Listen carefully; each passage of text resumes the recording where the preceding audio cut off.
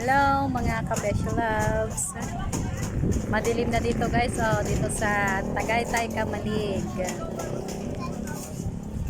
Ang ganda na, ang dami nang nagpunta para magpahangin. Papa, guys.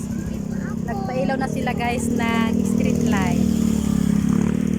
Maliwanag pa rin. Mga anong oras na ito? Ito yung volcano, ang dilim na. Hindi, maliwanag pa. Doon. Ang daming mga nagtitinda guys ng mga tusok-tusok. Hindi pa tapos ito guys na daan. Ito ay ginawang pasyalan muna habang hindi pa talaga ginagamit ng mga tao na papuntang airport. Yan guys, hanggang doon yung mga paninda ito guys.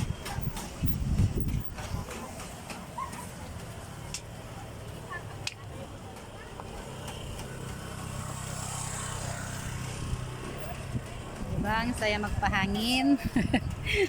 Summer pa naman, kaya nakapunta rin kami dito kahit may mga batang makukulit. Ginaw guys ng Mayon Volcano. Nawala na yung ulap na makapal. Kanina may konting ulap yan.